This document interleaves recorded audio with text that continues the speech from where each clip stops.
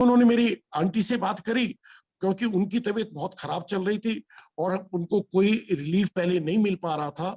उन्होंने सारी अपनी चीजें गुरुजी के सामने एकदम फटाफट कह दी।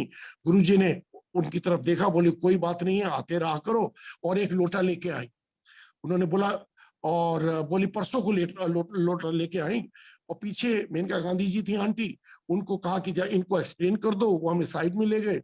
उन्होंने हमें उस लोटे के बारे में बताया कि भाई कैसे आपने कॉपर का लोटा लेना है, और उसके बाहर स्टेनलेस स्टील भी हो सकता है, उसके ऊपर एक कवर भी होना चाहिए। और गुरुजी जब लोटा ब्लेस करते हैं, वो जिसके लिए ब्लेस करना होता है उसी का होता है, वो दूसरे का नहीं होता, और उसी को मेंटेन करना है और इसको शुद्ध रखना है। उन्होंने सारी चीजें बता दी कैसे करना है। उसमें पानी भर के रखना है, रात को सुबह उठ के जितना पी सकते हो पीना है, बाकी नहाने की बाल्टी में डाल के उससे यू टेक बाथ, और ये रेगुलर रूटीन आपने रखना है। तो ये बात उन्होंने बता दी। उसके बाद में हम फिर जब गुरुजी के पास में आए आज्ञा लेने, तो गुरुजी कहते हैं रुको बैठो। हमें बैठा लिया, और अनिल अग्रवाल अंकल हैं, आपने उनके सत्संग सुने होंगे, डॉक्टर हैं। उनको आवाज दी कि डॉक्टर अपना सत्संग कर। हम गुरुजी के चरणों में बैठ गए। वो अंकल हमारे बराबर में वो आ गए, एक दो संगत और भी आके साथ में बैठ गई, और वो अपना सत्संग कर रहे थे। वो सत्संग कर रहे थे और मेरे मन में ये ख्याल चल रहा था कि ये गुरुजी के चमचे हैं और गुरुजी इनसे अपनी बड़ाई करवा रहे हैं। तो वो एक, मैं उनकी बात सुन रहा था, एक कान से सुन रहा था, दूसरे से मेरे बाहर निकल रही थी। दूसरा मेरे मन में ख्याल ये आया कि मैं भी अग्रवाल हूं और गुरुजी ये भी अग्रवाल हैं, डॉक्टर अनिल अग्रवाल। इनको इनको बोला गया कि सत्संग करो।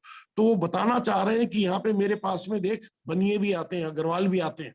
एनीवे, उनका सत्संग हुआ। उसके बाद में उन्होंने एक और आंटी को बोला तू अपना सत्संग कर। उन आंटी ने सत्संग किया लोटे के बारे में, कैसे उनकी बेटी को सोराइसिस था पूरी बॉडी पे, और वो कैसे उस लोटे से ठीक हुआ। वो गुरुजी का अपना तरीका था। ये बात मैं इसलिए बता रहा हूं कि गुरुजी ने डायरेक्टली, गुरुजी कोई अपना उपदेश नहीं देते थे।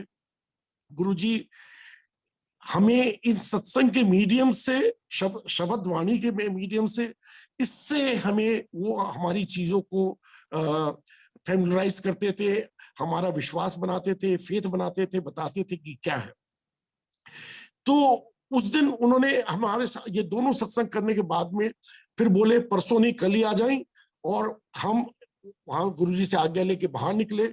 और पहले दिन ही, जिस दिन हम वहां से निकले थे, उसी दिन एक बहुत बड़ा मिरेकल हम लोगों के साथ में हो गया, जिसको कि मैं एक्सपेक्ट भी नहीं कर रहा था। हम लौट के जा रहे थे वापस वहां से, कार में थे, मैं चुप था। मेरी वाइफ को एक्चुअली स्टमक की बहुत प्रॉब्लम रहा करती थी, और ऑलमोस्ट एवरी ऑल्टरनेट डे और सो उसको इंजेक्शन लगवाने पड़ते थे, क्योंकि कोई मेडिसिन उसको हेल्प नहीं कर पा रही थी। कभी कभी उसकी इंटेस्टाइन में एडिशंस थे, और उसकी वजह से many time she had to take food, बिल्कुल लिक्विड फूड करके मिक्सी में लिक्विडाइजर में चला के उसके बाद में उसे लेना पड़ता था, वरना उसको स्टमक एक बहुत होता था।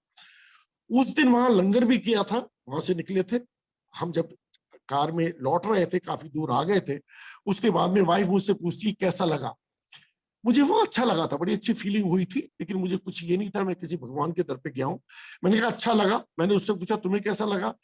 तो शी से जस्ट ए मिनट, उसने पर्स खोला और उसमें से 2 कैप्सूल और 1 इंजेक्शन बाहर निकाला। मुझे लगा कि इसके पेट में दर्द हो रहा है। मैंने कहा नर्सिंग होम चले। कहती नहीं मुझे दर्द नहीं है।